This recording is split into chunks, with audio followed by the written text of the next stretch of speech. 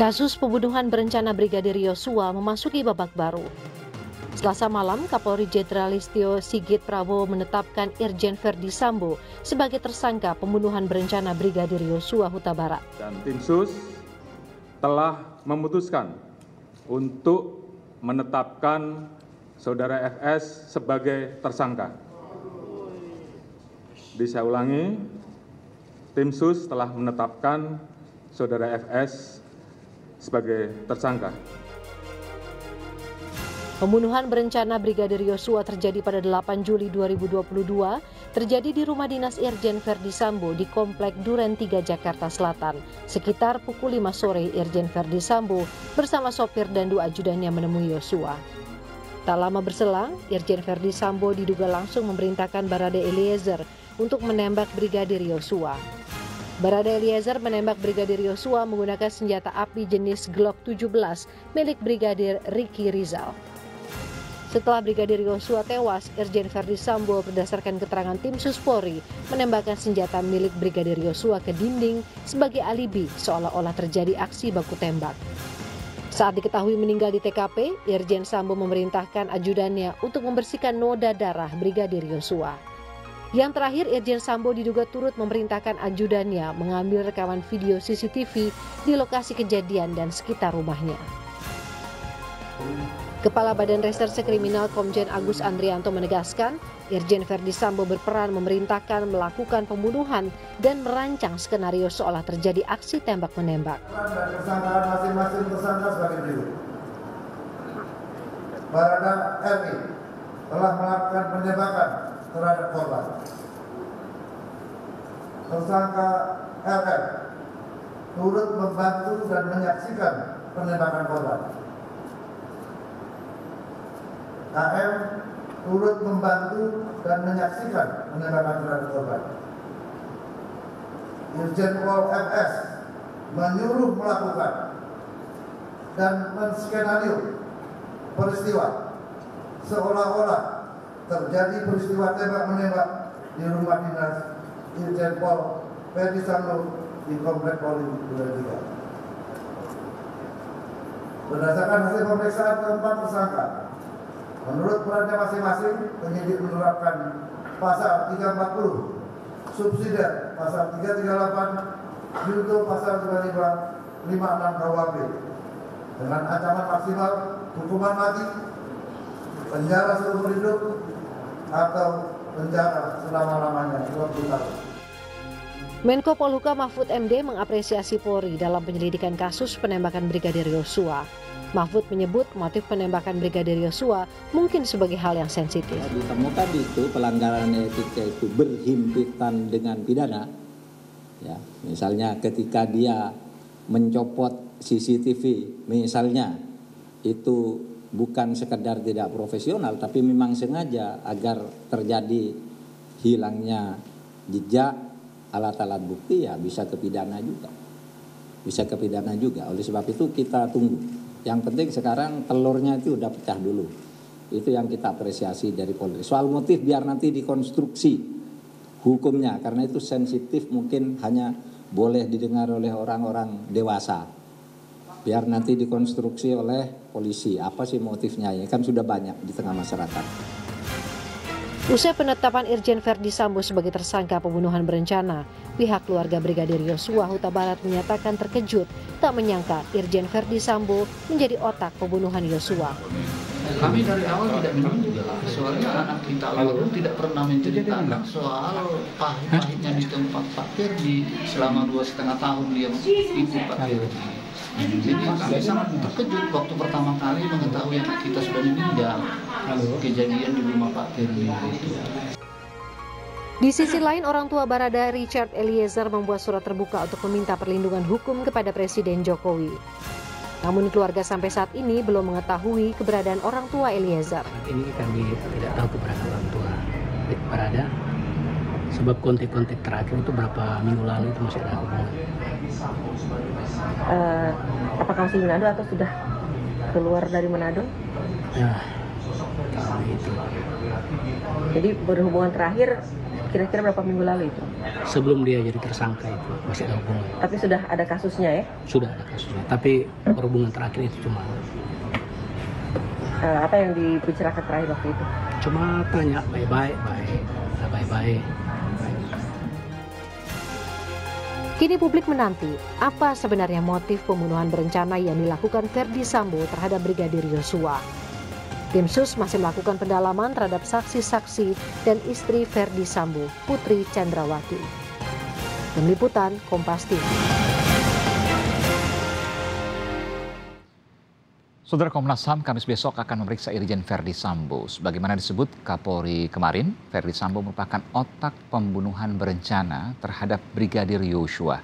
Tidak hanya itu, Sambo diduga membuat berbagai rekayasa untuk menutupi perbuatannya.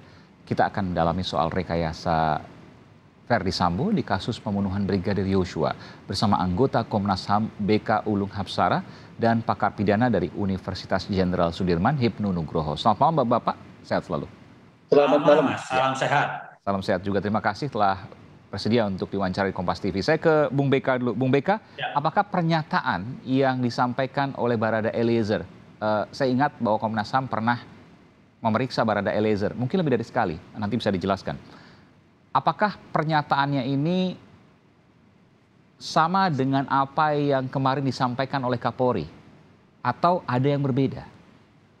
Ya, memang ada perbedaan dari pernyataan yang disampaikan Baradae terdahulu ketika dimintai keterangan Komnas.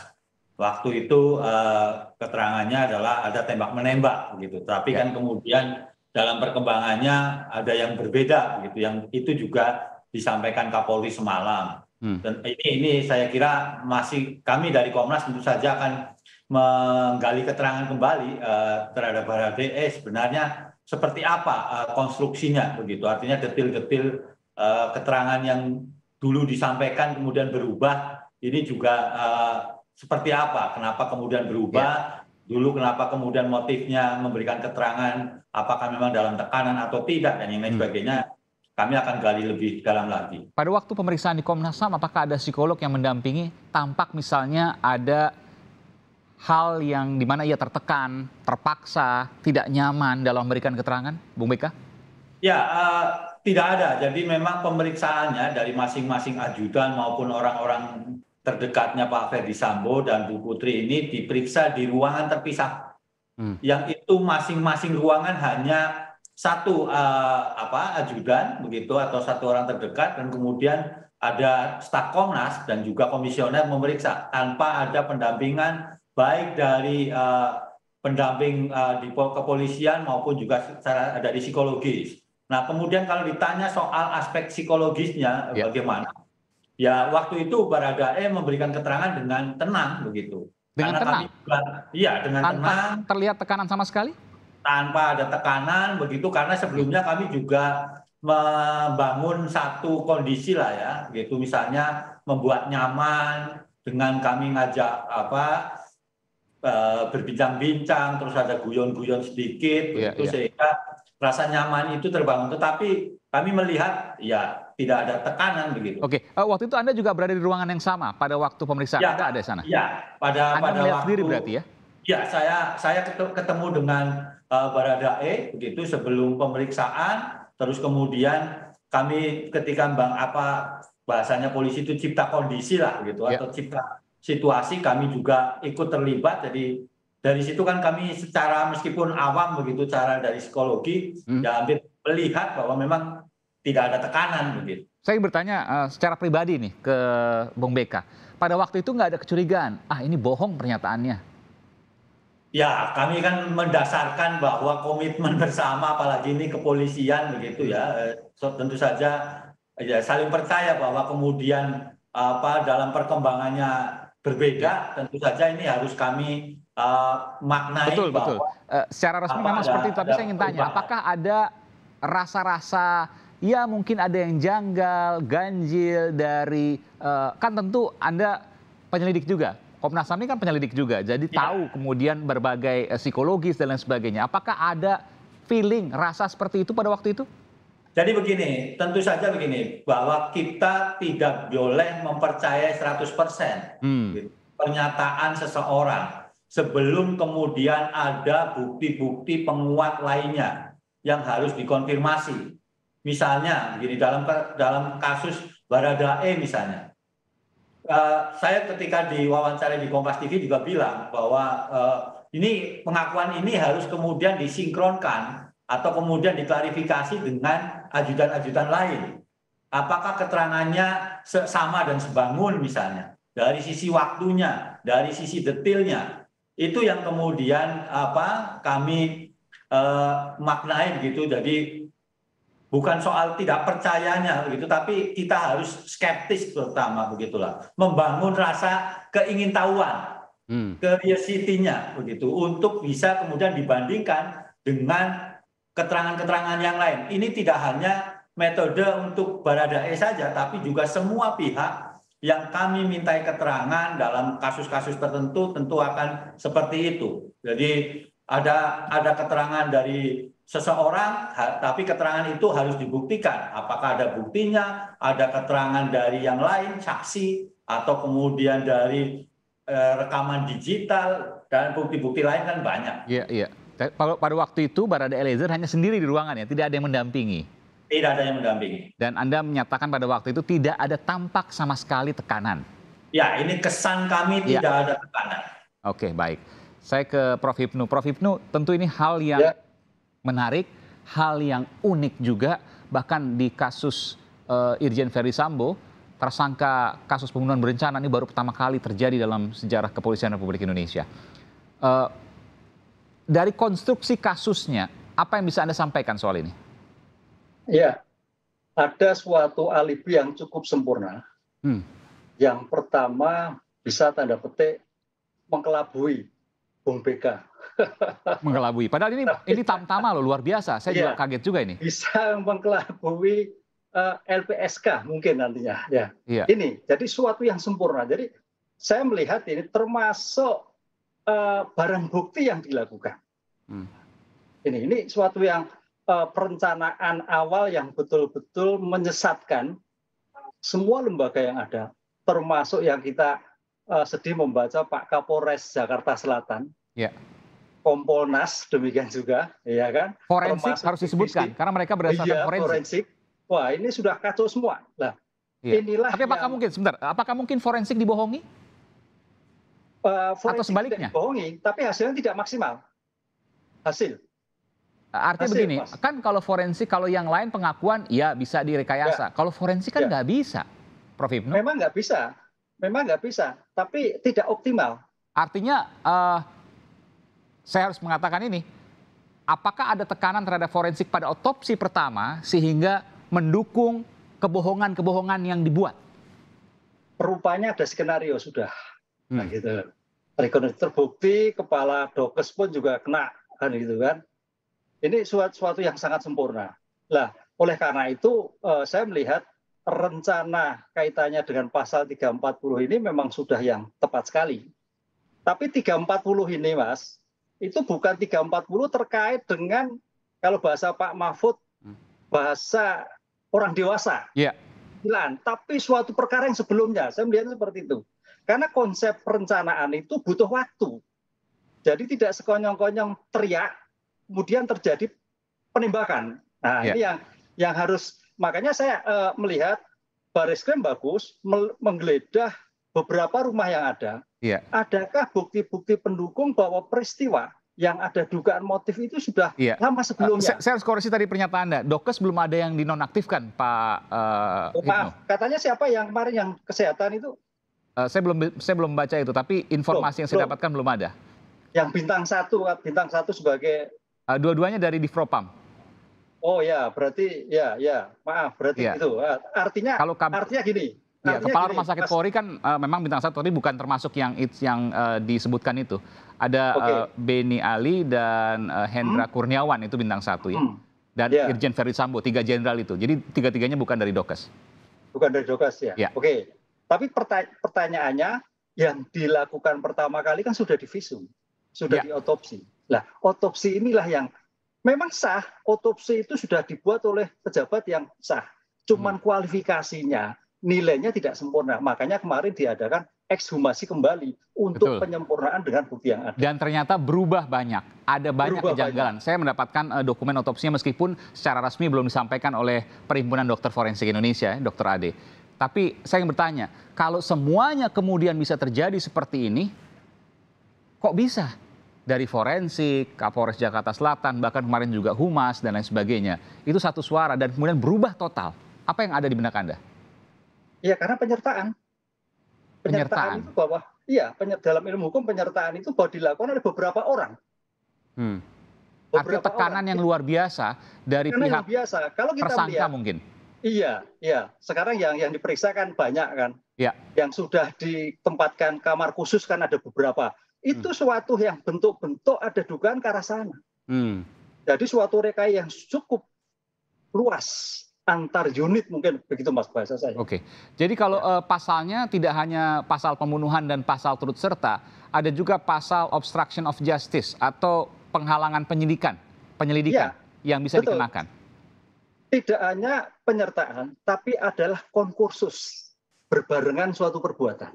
Nah, apa itu, Prof. Hipnu? Konkursus itu artinya selain menembak adalah menghilangkan barang bukti yang ada. Jadi merupakan satu kesatuan. Oke, menghilangkan barang bukti. Ya, konkursus itu seseorang melakukan beberapa perbuatan tindak pidana.